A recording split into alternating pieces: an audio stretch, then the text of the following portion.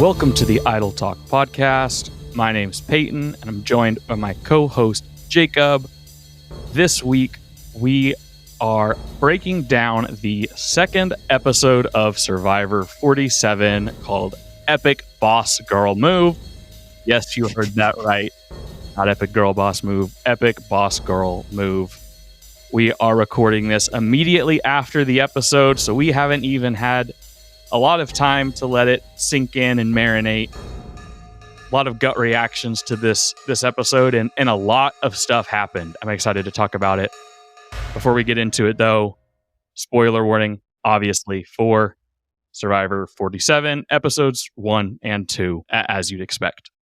Jacob, what did you think of this week's episode? In my opinion, it felt like it was just a long episode of bad decisions. That's kind of what this whole season has felt like so far. Like, it just, I don't, like Andy finding the beware advantage, but then not taking it, and then it getting put into Sam's hands, and then Sam telling Sierra that he wanted to use the idol for Andy, and then Teeny getting let in on Rome having the advantage, and then Teeny telling Kashan, and then Teeny and Kashan going to the box and getting caught in the act by Rome. What happened on the Blue Tribe? That was a bad decision. Just TK being himself.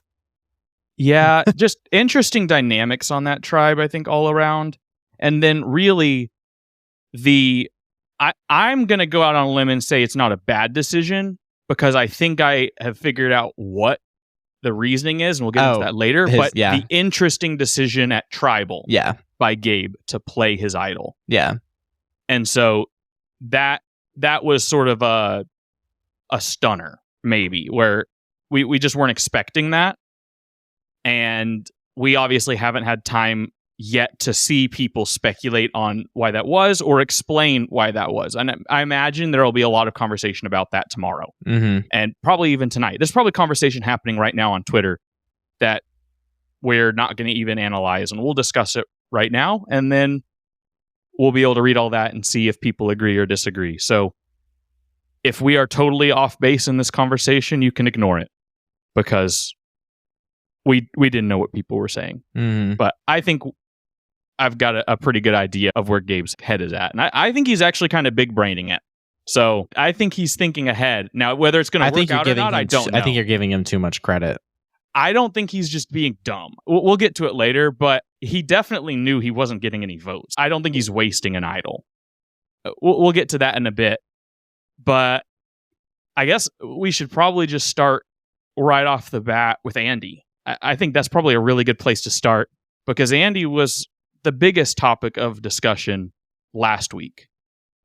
Coming into this season, we were really high on Andy, especially me. I thought Andy was going to do really well. Had him drafted on my team like pretty early, pretty high. On his tribe, he was my first pick. And a lot of people in the Survivor community and Survivor Twitter were really high on Andy in their drafts and predictions and winner predictions and stuff. So what did you see in this episode from Andy? Do you feel differently this week versus last week? If anything, I feel like he's in a worse position. I don't feel like there's any safety net for him anymore, whereas John was ruffling some people's feathers with trying to get out Rachel. But now that John is gone, I don't see anyone who's going to get booted before Andy, except potentially if they feel Sam is too much of a threat and they try and blindside him with his idol. But since he has an idol, I just feel like Andy would be the next to go on that tribe. So I personally think his position has been weakened a lot. And I think him not taking the beware advantage was a humongous misstep. I know you said that you think it was the right decision. I think in that moment, it felt like the right decision. But I think we don't really know how much time went on. He said it was several hours. And I think if there's several hours where he's continuing to be left alone, alarm bells have to go off in your head that other people are looking for this advantage. And so I think he probably should have gone back and looked for it earlier. And I think putting it back was probably the wise decision at that point. I just don't think he can afford to lose his vote at that point in the game, and I don't think he can afford to lose trust with his only ally in the game at that point in time, which is Sam. I think he should have just taken it and then told Sam. In my opinion, if you know you're on the bottom, that's what I would do. If I know I'm on the bottom, I'm taking the advantage. It's tough, though, because, I mean, I think if he takes it, you can't tell Sam. Because the second he takes it, Sam knows he doesn't have a vote. It's super easy to get him out because now he doesn't have a vote, but he is on his way to having an idol. And he's already the easy vote loose cannon. And everybody else wants it. I just really don't know if it was worth all the risk that taking that Beware advantage was going to hold because of how much they were watching over him. I don't hate that he left it behind. I don't think that was like a horrible move. I do, however, though, kind of going back to what you said, I disagree a little bit on his position in the tribe. Obviously, I do think he's on the bottom, but I don't think he's in a worse position than he was last week. I actually think, even though he's on the bottom, I think that his position has improved in that his alliance with Sam feels a lot stronger this week, in that the trust was sort of broken last week, and it feels like the trust has actually been renewed in this week's episode to a certain extent. And so in that regard, I think Andy has some hope because Sam and Sierra are a clear like power duo here, and then Annika and Rachel are a clear duo as well. And then Andy's kind of just in the middle, and Andy favors Sam. And because he's sort of a swing right there in the middle, I think he's in a pretty good position on the tribe right now, even though he's on the bottom. They kind of need him at this point. I still think that they probably should have voted Andy off last episode. I agree. 100%. Andy should have gone last episode. I would, like we said last week, if you didn't listen to last week's episode, go listen to it. I think John Lovett should be here. I would rather have him on the tribe than Andy at this point. Mm-hmm. But alas, that is not the survivor we have today. And so it's going to be really interesting to see if this tribe continues on strong, because they won the challenge and did really well. Yeah, I did really, now that we're kind of talking about the challenge, I really liked the evolution of that challenge, because when I saw like the snake thing, I was like, oh, it's the snake part from 46. Mm-hmm. But I thought that was a cool twist on the like making it a tribe based challenge instead of it being an individual portion. So I thought that was really cool. But I do want to touch on Rome as a whole, because he is annoying everybody. I think we can just move right over to him and that tribe, the red tribe. Yeah. So there's really not a lot going on the red tribe other than Rome annoying everyone and Rome feeling like him and Teeny are like super tight. So he tells Teeny about him having the advantage. Yeah. Which I have no idea where he gets that opinion that he and Teeny are somehow like a power duo. Yeah. Well, did he say that he thought they were a power duo? I don't know if he thought they were a power duo. It was more, what was weird was Rome was kind of like, I felt like I needed to tell someone. And so instead of like a normal Survivor player going back to bed, waiting till the next day and telling them on their way to get water, he pulls Teeny out of the shelter in the middle of the night and tells them just in the, like at nighttime. Super suspicious. Like that's a huge no-no in Survivor. Mm-hmm. You don't have nighttime chats. That was something that Rachel got really upset at Andy for last week.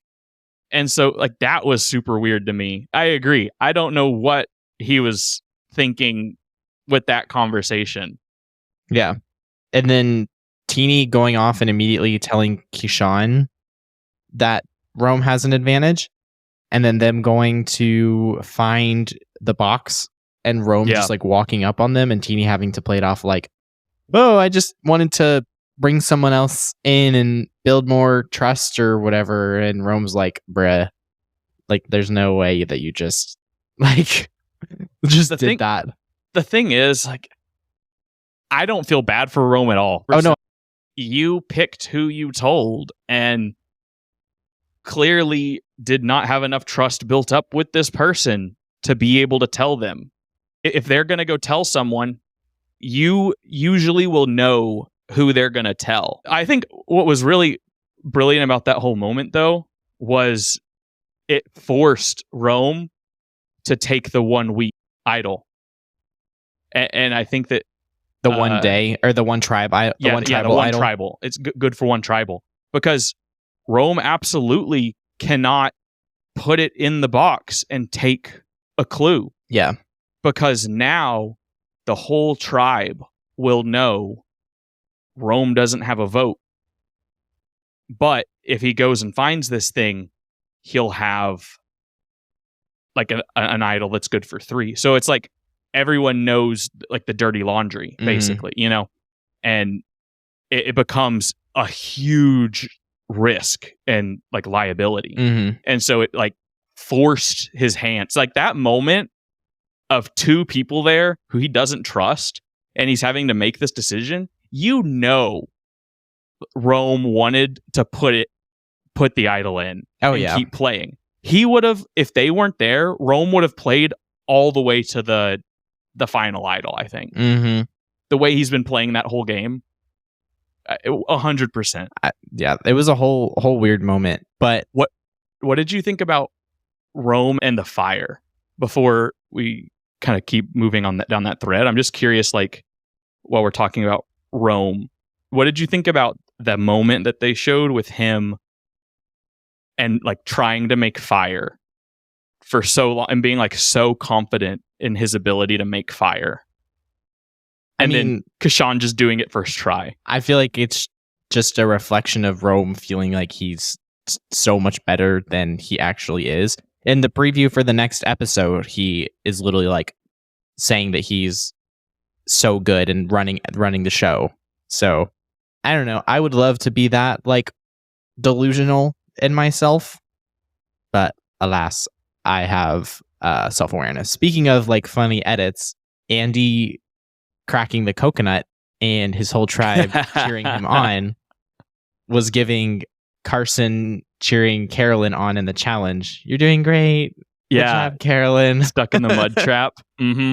So that was like, you could just tell they were like feeding him so hard. Like it was so forced.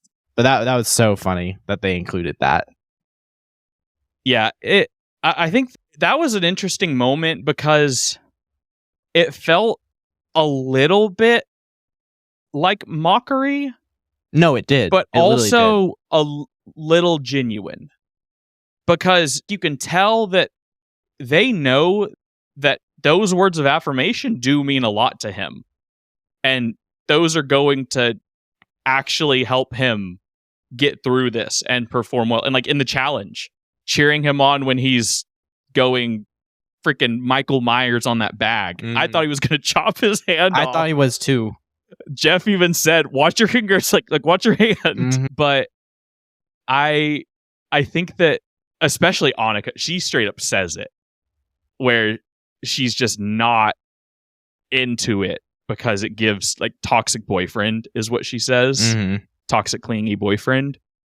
They're all kind of just like doing it because they have to, and because they feel like that's what the tribe needs, not because it's coming from a place of it being genuine praise, which is what feels weird.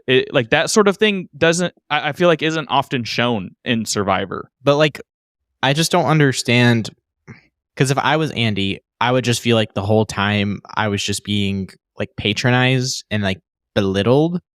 That's because you're not Andy. No, I know, but I just think that's really interesting how he doesn't take it like that. That's how I would totally feel if I like had expressed like, oh, y'all aren't making me feel like special and then they started cheering for me, I'd be like, okay, now y'all are just making me like feel stupid.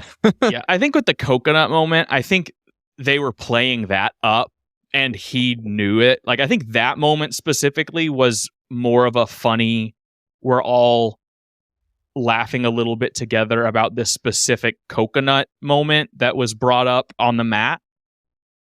But in general, there's going to be a lot more words of affirmation going on around Cam. Mm-hmm. But that specific moment we saw, I think, was probably more humorous in nature, I guess. Next thing I want to talk about, I guess we can probably move on to the immunity challenge. But Rachel taking rice from the bag and shoving in her pockets. So if you, for some reason, if you're listening and you didn't watch the episode, part of the challenge, they had to carry this big bag of rice through an obstacle course. And then they have to like slash the bag of rice open and grab a ball from it. And so while her teammates are doing the ball portion of the little maze, Rachel's like shoving her pockets with the rice that was in the bag, which in my opinion is so smart, like so incredibly smart, because like no one says you can't. Yeah, it's one of those things where it's smart, but you know you're gonna get caught because they have coverage on everything there. But I'd try it. Oh yeah, it's worth trying 100%. And I'm surprised no one's tried that before because they've done cutting open bags of rice before. Mm-hmm. I'm interested. I am very confident that this is something that will be talked about in the On Fire podcast this week. Yeah. And so I'm interested to hear Jeff's point of view, like I want to know where they told it to him in his ear, because he didn't see it personally. Someone caught it on camera and relayed it probably to the director, and then he relayed it to Probst, and then from there he knew it. So I'm really interested to hear his perspective of that, because it was a very unique Survivor moment. That I am very curious about the behind the scenes of it. Yeah, same. I'm interested to see how production handled that. But I just think it's really funny that he called her out on it. Like they're all standing on the mat and he's like, so Rachel, like what you got in your pockets? And she just like dumps out her pockets and like hands full of rice just fall out. So definitely going to be an iconic moment of this season for sure. Yeah, it definitely was one of those things that the second they like cut in and showed it, I was jaw dropped and was so invested in if they were going to cut back to it or not, because also the challenge that was ongoing was very intense. And so that was really exciting to see. Is there anything else in the challenge specifically that you want to discuss? I do think the blind maze was pretty cool. Yeah, I've not seen that before. I don't know if they've done that, but I thought that was a pretty cool aspect of the challenge, and I liked that. Yeah, I thought whenever they started doing that maze, that was my exact thought. I was like, oh, that's pretty cool. But I want to talk about the aftermath of this challenge, because this is the second challenge in a row where the result of a challenge has caused someone to kind of spiral. But this time it is TK and not Andy. So I honestly, like whenever all that he was saying that stuff, it was just giving me so heavy Q vibes from last season. Yeah, the way he was talking, especially immediately, especially whenever he said something along the lines of like, "In my real life, like I don't associate with losers." I was like, that was the gist. Yeah, I was like, yeah, you're gone. I was like, you cannot say that. So, and then like Tiana's sitting there like rolling her eyes the entire time, and Jeff's like, y'all are doing a lot of smiling for having to go to tribal tonight, and he's like, no one on this tribe should be smiling. We just lost. Like we have no excuse. We're not a tribe. I'm not used to losing. I'm not a loser. I don't associate with losers in my real life. Blah blah blah blah blah. Just being like, honestly, like really bad, like toxic masculinity and stuff like that. After the challenge, Tiana's really upset at TK's words, and honestly, the whole tribe is pretty upset and disheartened at those words. I mean, I would be too. Yeah. And especially like he, in his confessional, him saying like, as the leader of this tribe, everyone is going to have my mentality. And I was like, okay, bro, for one, you're not the leader of this tribe. Who appointed you leader? Yeah. And two, even if you were, that's called a dictator and not a leader, what you're saying. So, yeah, it was very, very weird. His demeanor this whole episode felt incredibly different from the TK that we saw in the first episode. Mm-hmm. And so I don't know if that comes down to the edit or just the way literally life on the island went over the next, 2 days that we saw here. But I will say TK as a character is presented very differently in this episode than he was the week before. Mm-hmm. Whereas the week before, I felt like TK was very personable, very engaging, very approachable. Everybody liked him, very likable person. And in this episode, it just felt very egotistical, leaning a Q-like, which it's not a comparison you want after last season. Mm-hmm. Which being competitive is one thing, but being competitive at the expense of your tribe mates is another. I completely agree. I think Tiana made the right decision in not siding with him because she was having this internal battle of, do I vote with someone? Like when I came into the game, I knew that I was going to have to work with people I don't like. But I feel like there's a difference between working with someone you don't like versus working with someone who just isn't a good person. Yeah. People will do things that piss you off all the time, but when someone feels like they are superior to you, I feel like that's a different level of trying to work with that person. Mm-hmm. So I think Tiana made the right move, and I am interested to see how she's going to kind of repair this relationship with Gabe, if she is going to try to at all. With Kyle? Yeah, Kyle. I was like, yeah, Kyle. She has no relationship to repair with Gabe. She's in a great spot with Gabe. So I'm interested to see if she's going to try and repair that relationship at all and have any sort of reconciliation there. But honestly, if I were her, I would just stick with the I don't see any reason to. Honestly, what I'll say, I think Tiana's move there, phenomenal. So gutsy, because she didn't know Gabe was in on the vote. She voted to go to Rocks. With Sue and Caroline. Yeah, she had no clue that Gabe was in on that. And so she was voting to go to a tie. And like, I would not have blamed her at all voting for Sue and taking that easy vote and doing what in her head just would keep her safe and in the game. Would not have blamed her at all for that. But she voted with her gut and like her instinct. And she literally said, as she was writing, she's like, my instinct is never wrong. My instinct is never wrong. Like repeating that and writing. And when she was saying that, I was like, oh, yes, she's voting TK 100%. She's got to be, because if she's voting with like that much conviction, and I think that shows like a lot of like really cool character, that she was willing to do something that is inherently gutsy, because she thought there's a 25% chance I'm going home. Because in her head, there's no chance Gabe is flipping. She thought it was the three guys were locked in. She thought there's a pretty good chance that I could go home by doing this.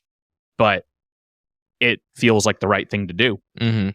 And so I thought that was really awesome, that she was willing to do that, because she thought there's a chance that we can flip one of them over and get TK home, which is the better move and the bigger move, and he doesn't need to be here. Yeah.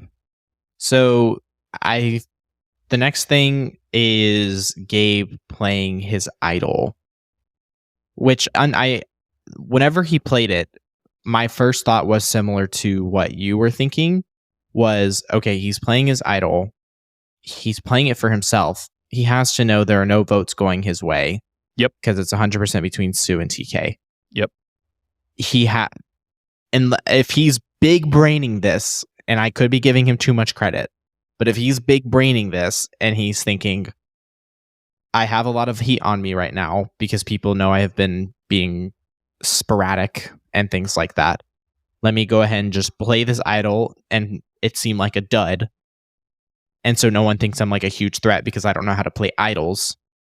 And then this idol is going to go back into play and hopefully won't have all these quest lines of 1 tribal idol, 3 tribal idol, full-fledged idol. It'll just go back into play as a full-fledged idol. And then I can go and get that again and have a full idol. And no one will know about it. I could be giving him too much credit for having that big brain of a play, but that was the only logical explanation I could come up with for him playing that idol that wasn't just a very stupid move. Yeah, and that was what we were texting about like right before we started recording. I think it's definitely taking heat off of himself is part of it. A little bit of building resume slightly in just like, I found an idol. Everybody knows I found an idol. I think the biggest part of it, though, is that you are not, especially with 3 tribes, you have 2 chances to be safe, right? And so you are in the early game pre-merge, you're not guaranteed to go back to tribal. It's actually kind of hard to go to tribal multiple times unless you're just really, really bad. And so if his idol is good for 3 tribals, if he wants it to be good, like if he wants to get a full-fledged idol, because I think when they rehide the Beware Advantage, I think it's still going to be the 3 boxes. I think they're going to do that again. But if he wants to find it and send it and go all the way through and find the full idol, I don't think he's going to go to 2 more tribal councils. Or, like, statistically, that's improbable. They could be that bad. But I don't think you want to bet on your tribe being that bad at challenges, you know? Yeah. So it makes a little bit more sense. If you're set on, okay, we have a strong group of 3, we just brought in a 4th, we're thinking post-merge now, what is going to set us up for success the most? An idol that is good for the first 2 tribal councils? Let's just go get a full-on idol. Also, he has multiple allies now on this beach. They can all go look. I don't think he cares who finds the idol in their alliance. If it's him or Sue or Caroline, they all go out and look. And now the 3 of them go on the Indiana Jones quest and open all 3 boxes and they go get themselves an idol. They'll find it really quickly. Mm-hmm. So that's what I think they're probably doing. I guess we'll find out next week, but that's the only thing that I can think of that makes sense for just basically wasting an idol. Because it really, I can't think of any logical reason besides that why he would have played it, unless it truly was just a blunder, but I'm sure he'll explain next week. Unless the only thing that could be like a blunder would be if in his head he forgot that he made it a 3 tribal idol and he thought it was only good for 1 tribal, which I do not think he did, because they were talking about, I hope you don't have to play it tonight. They had that conversation. Yeah. So they were thinking long term. So I don't know. Yeah, I have no clue. Before, I know we've kind of like jumped past this. I want to go back to it because we discussed it some earlier during the episode, but when Sam found the idol or the Beware Advantage and then idol on their beach, he opened it with Sierra and then was presented with the decision to keep the idol that's good for 1 tribal or risk it and keep going for an idol that's good for 3. And he chose to just take the idol and not keep going. What do you think about that decision? Do you think that's the right decision? That's the wrong decision? And why do you think he made the decision that he made? Honestly, I have no clue why he made that decision.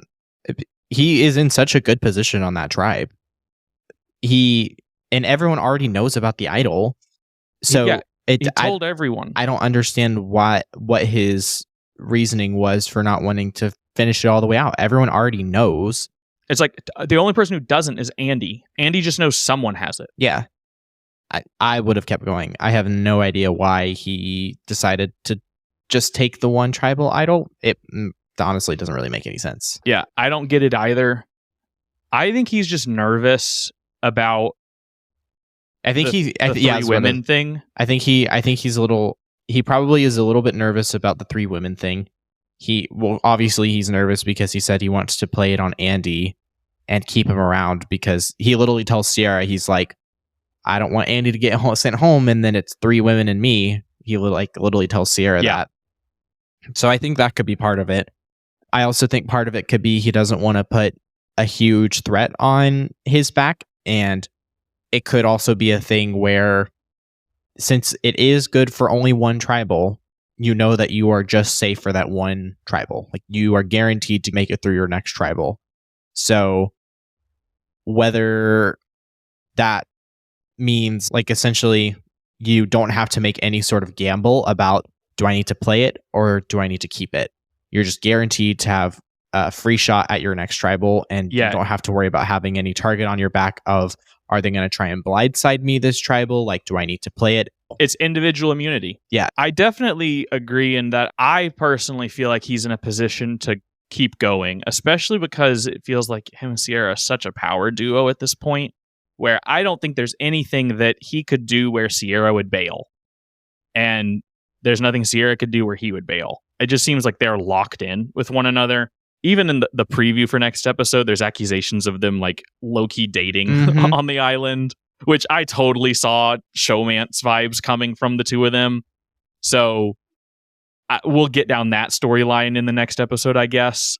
But I don't know why the two of them don't just team up and keep going, because everybody knows you're getting something and they all assume it's a full idol. So why not go get the stronger idol?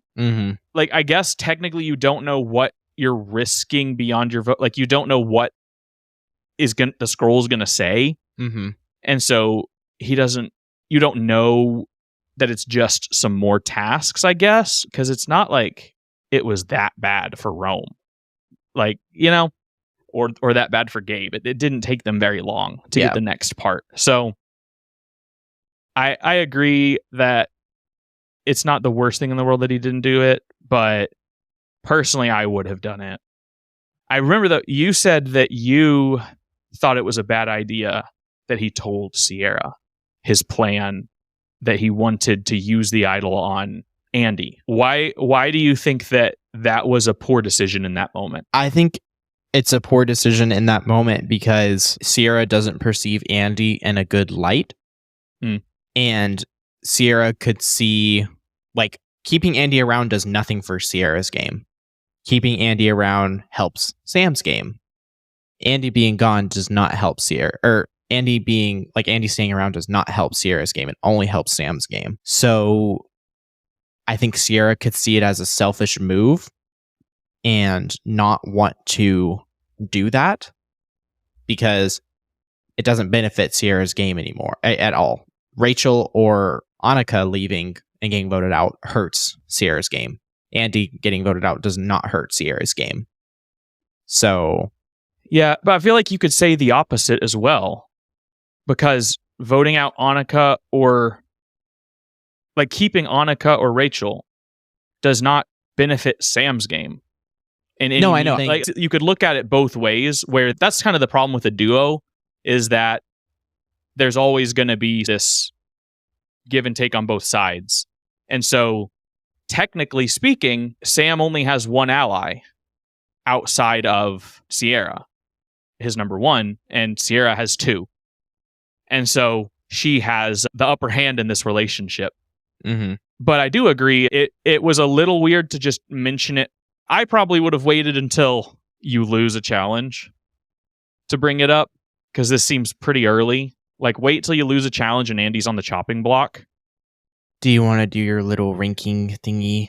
Yeah, I'll do my power rankings. But I think before that, is there anyone else from this episode that you feel like maybe we didn't touch on, or just in general that you want to mention or discuss really briefly? There were a lot of people that got like no screen time at all. I was about to say, yeah, there are some people, like Asia didn't really do anything this episode. Saw none of Genevieve her. was nowhere. She had one really funny comment. The hilarious moment where Rome says Mamba mentality, and she goes, I don't know what that means. Yeah. But all right. I thought that was so funny. Yeah, it was great. Just peak like boomer moment of just like, I don't get your little Zoomer memes, but yeah, Genevieve didn't really do much this episode. We talked about Rome, talked about Keyshawn, Rachel. In general, not a lot of Lavo outside of Rome. No. Which is kind of what happened with Siga last season. Yeah, it's the sort of thing where I just think it's the issue with the Tree 5 format. Granted, there's only been 2 episodes, so we very likely could see them in an upcoming episode if they do poorly in a challenge. That's all it really takes. If Survivor 50 has 3 tribes, I'm going to be pissed. I think it's going to have 3 tribes. I'm sorry to break it to you, buddy. It's so dumb. All right. Time for Peyton's Power Rankings, week 2. Big shakeups this week. Huge shakeups. Guess who's not in the list? TK. That was just projecting into the future because we didn't know anything. And TK turned out to not be as cool as we thought. So this week, I feel a lot more confident with these rankings. If any of these people are voted out next week, I will be surprised and a little disappointed. So at number 5, I have Sam making his first appearance on Peyton's Power Rankings. I think it's just like, I don't think Sam's going to win. I do not think Sam's going to win, but he has hitched himself to the Sierra wagon, and I think that's going to take him pretty far. So I think that's I think good Sam enough. Is a final tribal council loser. Interesting. See, I think Sierra is a final tribal council loser. I She's think a final Sam tribal is a fire loser. Nah, Sierra is a final tribal council winner. Maybe, but I definitely think they could go pretty far, or it could be a Matt and Franny situation. And it's like, no way, we're not letting y'all go far. You know, we're not letting this duo do it. Or it could be Austin and D, and they just friggin' go all the way to the end and are the final 2. Who knows? We'll see. So I've got Sam at 5. At 4, moving up 1 spot, Tiana. Still in my top 5. I think she reaffirmed kind of why she's here. And this week it feels a lot more like she belongs here. I am pretty confident that Tiana is a top 5 player right now in terms of what we've seen. There's a lot of players that we have not seen featured yet. So this will change as we start to see more of them in the edit. At 3, moving up 1 spot as well, Gabe. He's just can't deny it. He's doing good. He's doing really well. He's pulling strings behind. It's going to come down to if people start to suss him out or not. I just think his alliance with Sue and Caroline is so weird because it feels like, this is going to be so mean, but it feels like none of them know how to play Survivor. Really? It feels to me like all of them know how to play Survivor, but they've all watched different eras of Survivor exclusively. And so, but they're all coming into this with like different Survivor knowledge. And then they're also forming this alliance, and it's like friends at school, but you don't want anyone to know that you're friends. And so it's this really low-key friendship. It's like normal people, you know? The show, it's just like that relationship between Paul Mescal and Daisy Edgar Jones. I think that it's that sort of relationship where they don't want anyone to know that they're in an alliance. Now everyone's going to know, but before this, no one knew, which I thought was really brilliant. That felt very much like old school Survivor. That can only last for so long in a 6-person tribe, but a lot of times in old school Survivor, people didn't know alliances. That's what made them alliances, is that no one knew. So I thought that was really cool and very smart of Gabe to do. So Gabe sits at 3. At 2, I've got Sue moving down a spot. Because you know what? Like, I think Sue's still doing great, but just wasn't as dominant this week. And then moving up a spot and swapping places with Sierra. Final tribal council winner. Mostly the same stuff. I just think she's in the best spot right now. I still am not confident that she wins at the end. She's winning. It feels like she's in too good of a position to just, like, you don't identify the winner this early on. That's just not really how it works. I feel like D felt really strong early. No, not like this. It wasn't a thing where, like, D started feeling really strong, like, post-merge. I don't think anyone was really identifying D as being a legit contender until post-merge. And so it was the sort of thing where I just think Sierra is going to be... I think Sierra is going to be identified as a target after the merge pretty early. And so it's going to be an uphill battle. So I'm not saying she can't win, but I think she's going to have a pretty tough road. But as of right now, there's nobody I can put above Sierra. And until we see more from some of these other players, those are my power rankings. It's all the same people as last week in a different order, plus the addition of Sam, because I just think that as of right now, I can't deny him a spot there. Yeah. But I really hope that we get to see more Lavo next week, is what I will say. Yeah, there's a lot of players that we haven't seen yet. It's hard to put them in rankings. Like, I don't even know really how their alliances stand at all. Yeah, I know nothing about any of them except that Kishan and Teeny are in an alliance. I learned that this week. Yeah. That's all I know. Yeah. Stupid 3-tribe format. And then I know Sol is on the outs and Rome is on the outs. Yeah. That's all I know. Hopefully we'll see more of the Red Tribe next week. It's unfortunate that you only find out information about tribes when they go to tribal council. But that's the state of Survivor we're in. So we got to roll with it. I think in general, these first 2 episodes have been okay. I think they've been good. They've been entertaining. The players are growing on me, but I need to see a little more. Yeah. I feel like the way I feel about this cast is definitely how I felt about like 45, 44-ish. Yeah, it's going to take a few more weeks for them to really endear themselves to me. And so I think especially once we get to the merge, though, I think that's I'll feel really good about it. I really like the people on the Yellow Tribe. Like, the Yellow Tribe is compelling to watch. The other tribes aren't as compelling to watch.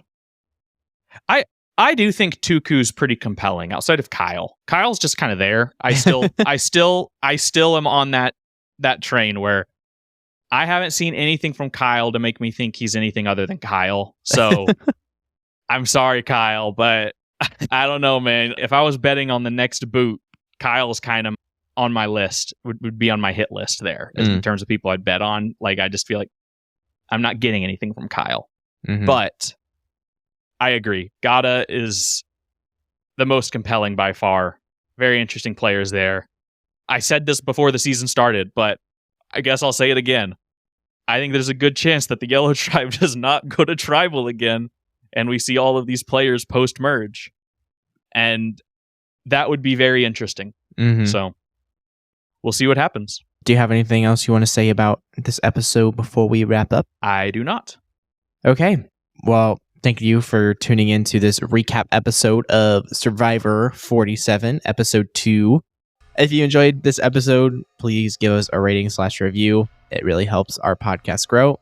And you can follow us on social media at I Will Talk Podcast on Instagram, TikTok, Twitter, X, all that good stuff. And you can listen to us wherever you get your podcast. Thank you for listening, and we'll catch you in the next one.